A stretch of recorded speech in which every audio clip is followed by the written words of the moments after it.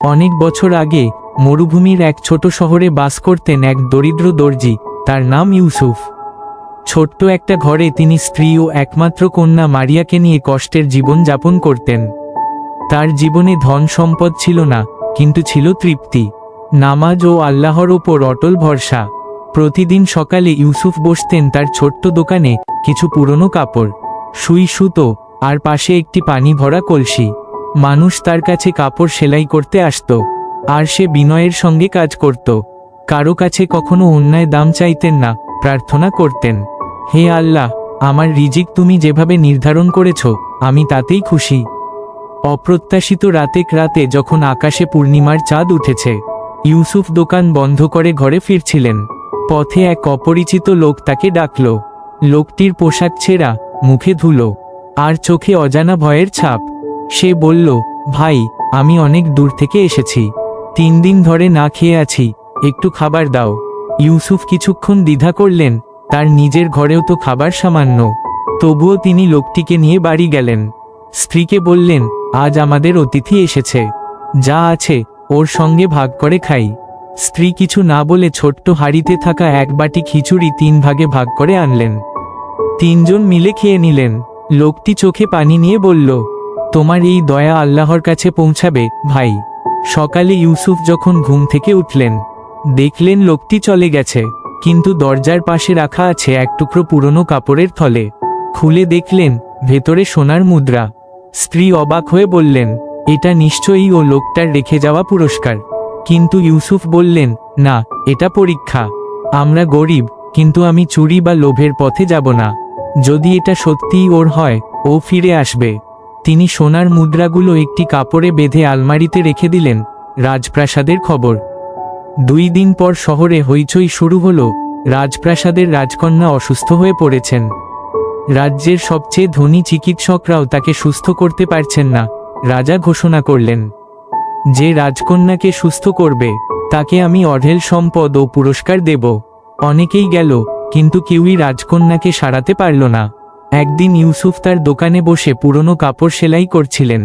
হঠাৎ দেখলেন এক সৈন্য এসে দাঁড়িয়েছে। সৈন্য বলল, রাজা আপনাকে প্রাসাদে ডাকছেন।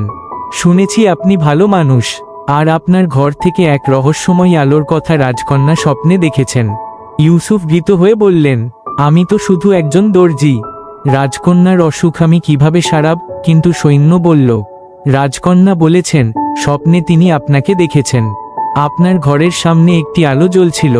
তিনি বিশ্বাস করেন আপনি সাহায্য করতে পারবেন। প্রাসাদের ঘটনা। ইউসুফ রাজপ্রাসাদে পৌঁছালেন। রাজকন্যা বিছানায় শুয়ে কাঁদছিলেন, শরীর দুর্বল, চোখের নিচে কালি। তিনি ইউসুফকে দেখে অবাক হলেন, তারপর বললেন, এই মানুষটি, আমি তাকে স্বপ্নে দেখেছি। সে রাতে এক গরিব দর্জি এক ক্ষুধার্ত মানুষকে খাবার দিয়েছিল, আর তার ঘর থেকে আকাশ পর্যন্ত আলো উঠেছিল। সবাই অবাক হয়ে গেল।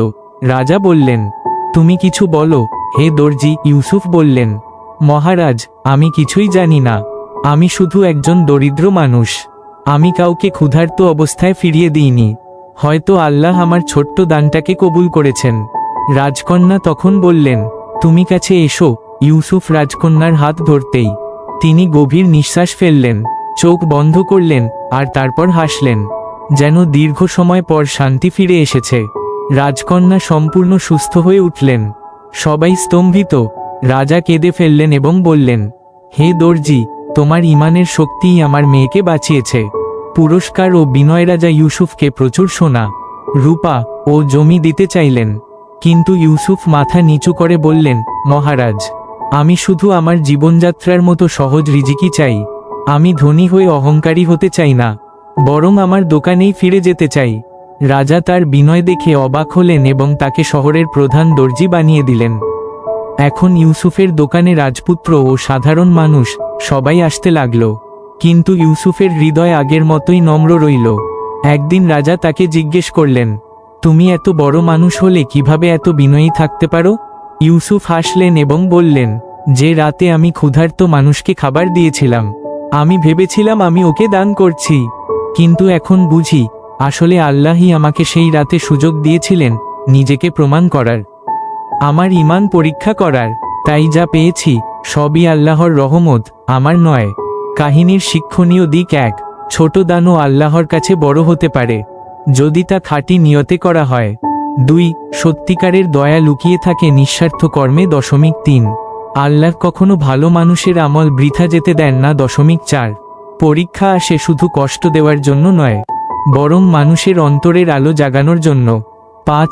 বিনয় ও কৃতজ্ঞতা, এগুলো মানুষকে আল্লাহর প্রিয় বানায়, ধন নয়।